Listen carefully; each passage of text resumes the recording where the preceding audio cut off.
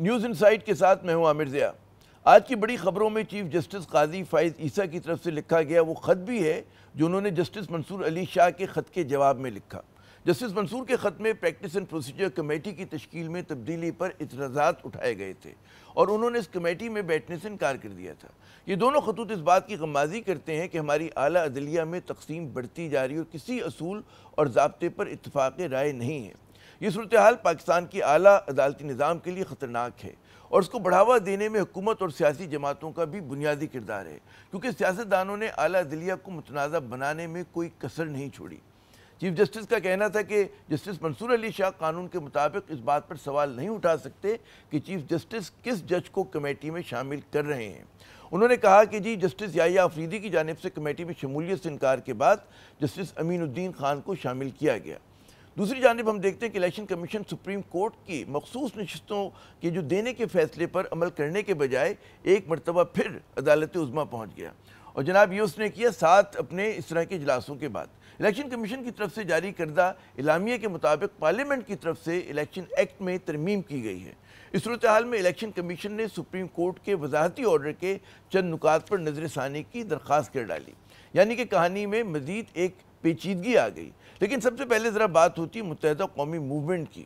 تو جناب بیساکھیوں پہ کھڑی شہباز حکومت کے لیے جو ایک مخلوط حکومت ہے، اس کے لیے اصولی طور پہ متحدہ قومی موومنٹ پاکستان کی حیثیت ایک اہم ترین اتحادی کی ہونی چاہیے، خصوصاً ایسے موقع پر جب وفاقی حکومت کو متنازع آئینی پیکج پارلیمان سے منظور کرانے کے لیے ہر صورت میں 2/3 اکثریت درکار ہے۔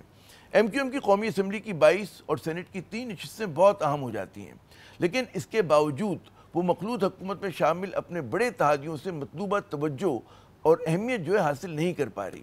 ایسا کیوں ہے؟ ایم کیو ایم کو کیوں اتنی زیادہ لفٹ نہیں مل رہی؟ اور ہم دیکھتے ہیں کہ نہ ہی ایم کیو ایم شہری سندھ کے حقوق کے ایجنڈے کو مؤثر انداز میں آگے بڑھانے میں ایک ہمیں نظر آتا ہے اس کی کوششیں، وہ آپ کو نظر نہیں آ رہی ہیں۔ ایم کیو ایم ذرائع کے مطابق شہباز حکومت اور اس کے سرپرستوں کے نزدیک ایم کیو ایم کو ایسا بچہ جمہوریہ کے طور پہ لیا جا رہا ہے کہ جسے جب کہا جائے کہ گھوم جاؤ تو وہ گھوم جاتا ہے، اور جو اسے رٹایا جاتا ہے وہ اسے ادا کر دیتا ہے۔ گو کہ ایم کیو ایم کے سربراہ خالد مقبول صدیقی وزیر اعظم کے دورے امریکہ میں ہر اہم موقع پہ ان کے دائیں یا بائیں نظر آتے ہیں، لیکن ایم کیو ایم کے ذرائع تسلیم کرتے ہیں کہ ان کی جماعت کو کھلونے دے کر بہلایا جا رہا ہے۔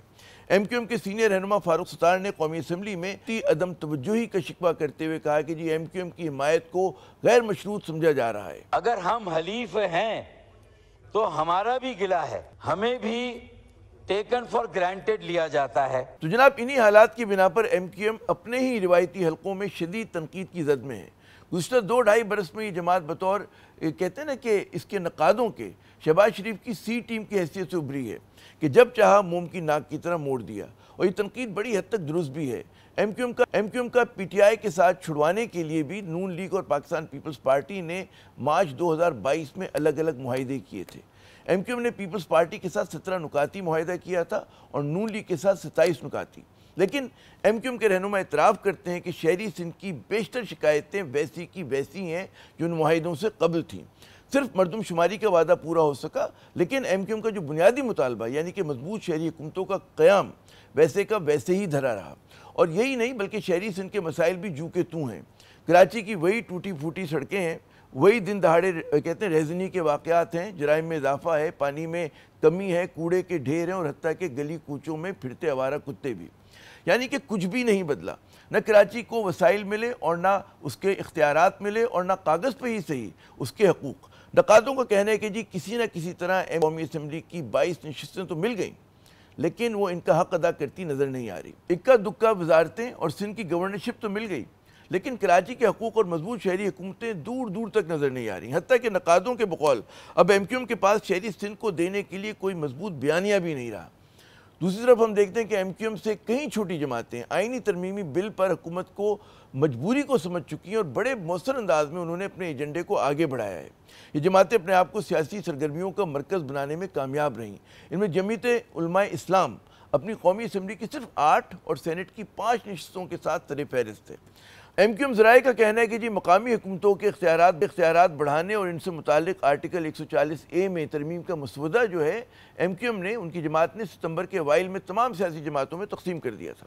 ان مجوزہ ترامیم میں پورے ملک میں مقامی حکومتوں کا قیام شامل ہے، جنہیں سیاسی، انتظامی اور مالی جو ہیں اس کے پاس ذمہ داریاں ہوں، ان کے پاس یہ رائٹ ہو اس کو گورن کرنے کا۔